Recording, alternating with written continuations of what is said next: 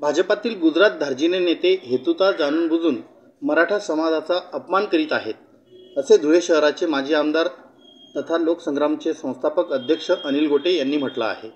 या संदर्भात अनिल गोटे यांनी एक पत्रक प्रसिद्धीस दिलं आहे।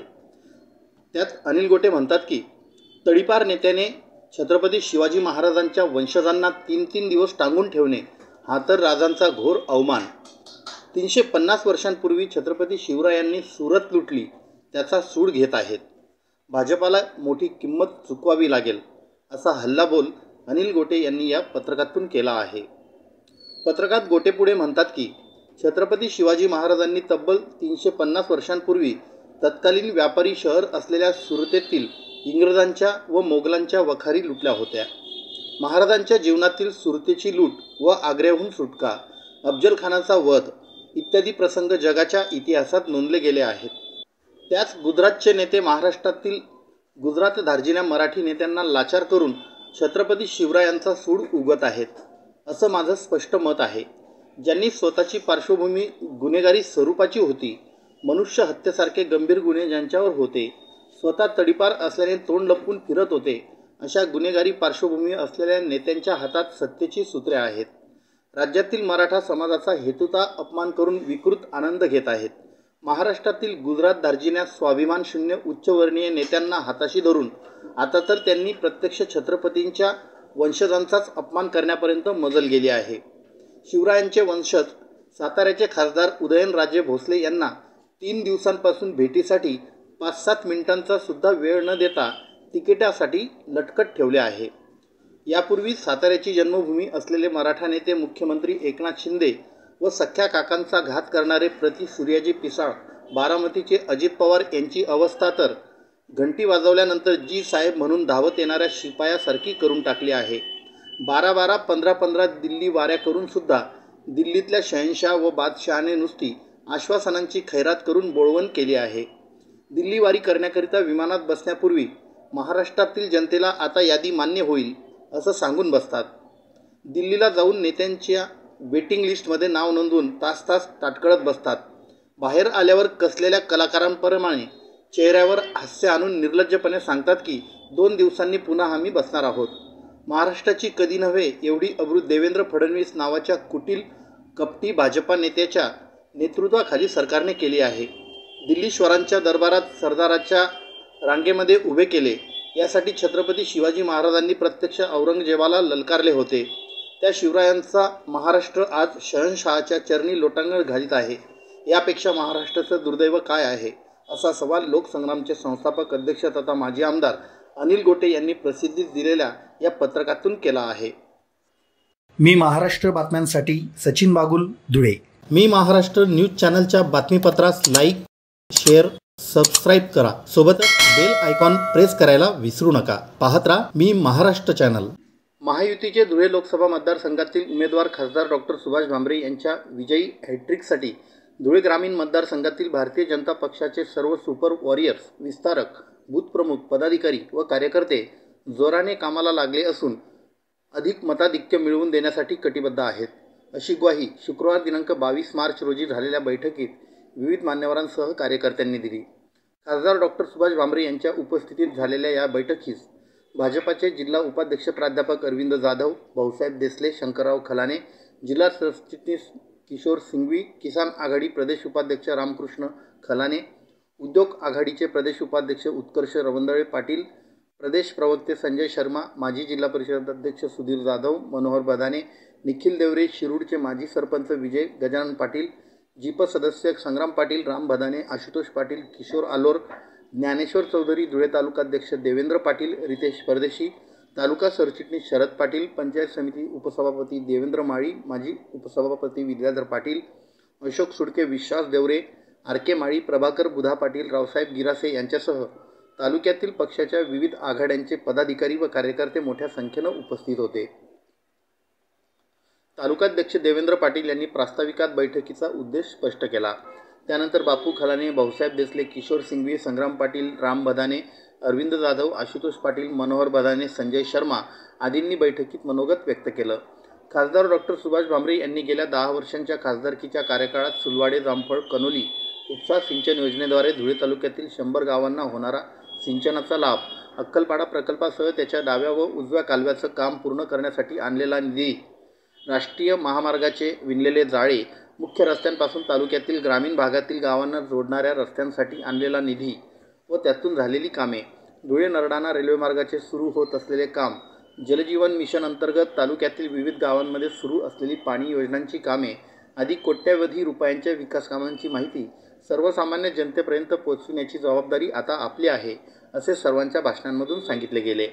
लोकसभेच्या निवडणुकीत आपल्याला पुन्हा एकदा खासदार डॉक्टर भामरे यांच्या विजयासाठी हॅट्रिकसाठी मदत होईल. गावागावातील प्रत्येक मतदारापर्यंत केंद्र सरकार व राज्य सरकारच्या माध्यमातून राबविण्यात येत असलेल्या विविध योजना, त्यातून सर्वसामान्यांना झालेला लाभ याची माहिती पोहोचवून जनजागृती करण्यासाठी सर्वांनी प्रयत्न करण्याचं आवाहन देखील नेत्यांनी केलं. गेल्या वेळी झालेल्या लोकसभा निवडणुकीत खासदार डॉक्टर भामरे यांना धुळे ग्रामीण विधानसभा मतदारसंघातून सर्वांच्या प्रयत्नाने 1 लाखाचा लीड मिळवून दिला होता. यावेळी हा लीड किमान 1.5 लाखांपर्यंत वाढविण्यासाठी सर्वांनी झोकून देत काम करावं, असं आवाहनही नेत्यांनी केलं. खासदार डॉक्टर भामरे म्हणाले की पक्षाने पुन्हा एकदा आपल्यावर विश्वास व्यक्त केला आहे आणि त्या माध्यमातून मला उमेदवारी दिली आहे. त्यामुळे नरेंद्र मोदी यांना तिसऱ्यांदा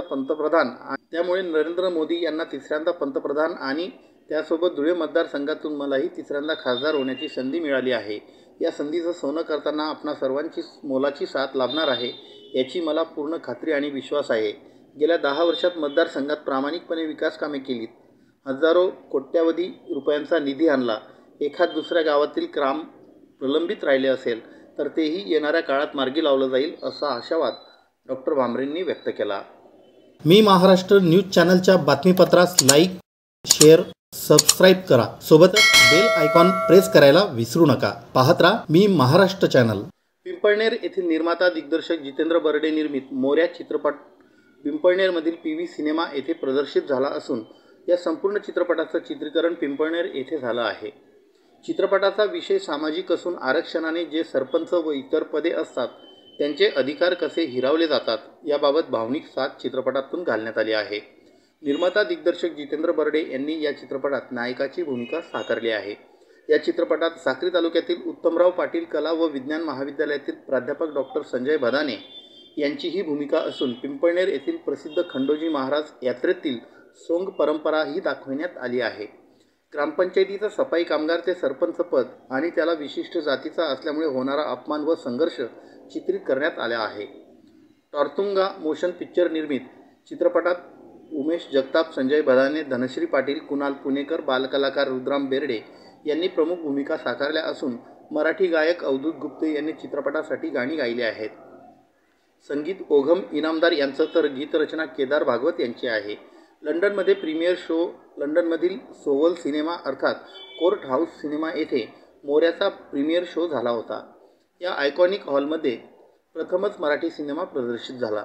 या चित्रपटाला Bollywood international film festival Mumbai येथे 5 पारितोषिके प्रदान करण्यात आली आहेत. मोऱ्या चित्रपटाचे निर्माता दिग्दर्शक जितेंद्र बर्डे हे पिंपळनेर येथील रहिवासी असून ते प्राथमिक शिक्षक कुंडलिक बर्डे यांचे पुत्र आहेत. पॅनल कडून लढवायची. बापू साहेब तुम्हाला डायरेक्ट सरपंच करतील. सरपंच अरे एकाच दिवसात समजा माझा शिलेला बदलूनच टाकला ना बाबा तू. समधी गावची लोक पाटील पाटील सरपंच आलेत म्हणतील. सर तुम्हाला पिक्चर कसा वाटला मोरया? मोरया पिक्चर अतिशय ग्रामीण भागातली एक कथा आणि ही कथा तिथे अभिनय आणि ग्रामीण भागातली संस्कृती यांना बांधून ठेवणारा अतिशय हृदयस्पर्शी असा हा पिक्चर हा सिनेमा आम्हाला वाटला.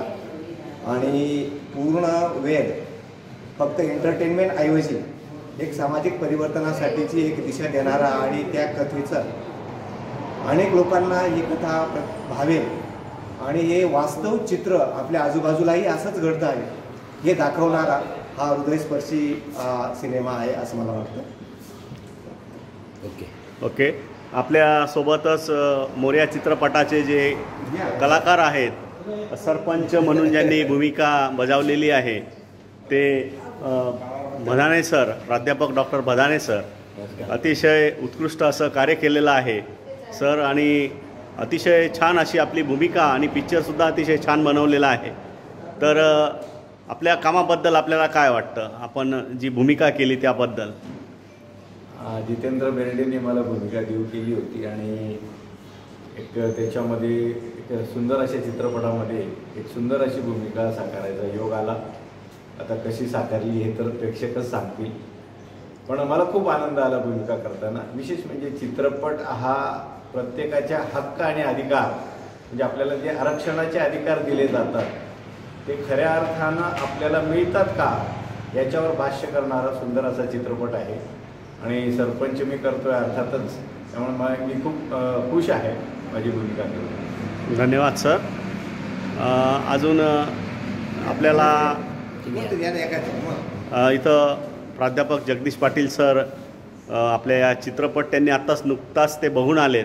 काय वाटलं सर आपल्याला या पिक्चर सिनेमाबद्दल? मला हा चित्रपट मनस्वी आवडला, कारण आपण किती म्हणत असलो तरी आपल्याला उच्च समाजामध्ये जर एखादं उच्च पद मिळालं तर ते किती भूषणावं असतं, परंतु जर अगदी तळागाळाच्या समाजामध्ये जर हे उच्च पद गेलं तर त्या पदाचा त्या व्यक्तीला काही उपयोग होत नाही. भारतरत्न डॉक्टर बाबासाहेब आंबेडकरांनी ज्या घटनेने आपल्याला अधिकार दिलेला आहे की या तळागाळातील जी व्यक्ती आहे ती इतर समाजांप्रमाणेच असते आणि त्यांना सर्व अधिकार असतात, मतदानाचा अधिकार किंवा त्यांना निवडणुकीमध्ये उभं राहण्याचा अधिकार.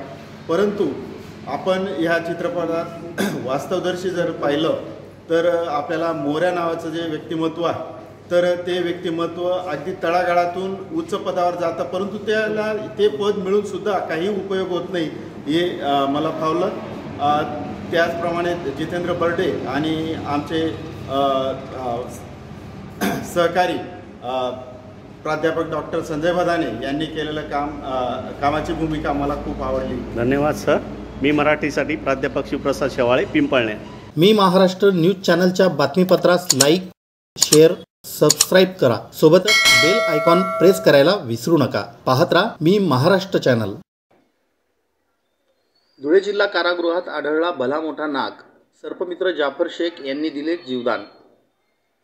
सर्पमित्र जाफर शेख यांना धुळे जिल्हा कारागृहातून रात्री 9 वाजेच्या सुमारास फोन आला की कारागृहाच्या आत भला मोठा साप आहे. विशाल बांगल यांनी फोनद्वारे ही माहिती कळविली. सर्पमित्र जाफर शेख यांनी कुठलाही वेळ न दवडता तात्काळ त्या ठिकाणी धाव घेतली. कारागृहाच्या आत साप आला कुठून असा प्रश्न सर्वांनाच पडला होता. उपस्थित काहींनी व तेथील पोलीस कर्मचाऱ्यांनी त्या ठिकाणी शोध घेण्याचा प्रयत्न केला. त्यावेळी असं निदर्शनास आलं की पाण्याच्या पाईपमधून त्या सर्पाने प्रवेश केला होता. जाफर शेख यांनी त्यांच्या अनुभवाचा वापर करून योग्यरित्या व सुरक्षितरित्या त्या नागजातीच्या सर्पाला पकडून एका पिशवीत भरले. अधीक्षक यांनी जाफर यांचे आभार मानले व कौतुक देखील केले. कुठेही वेळ काळ न बघता हा सर्पमित्र नेहमी हजर असतो. त्याची पाठ थोपटून लवकरच तुमचा सत्कार करू असं सर्पमित्रास आश्वासित केलं.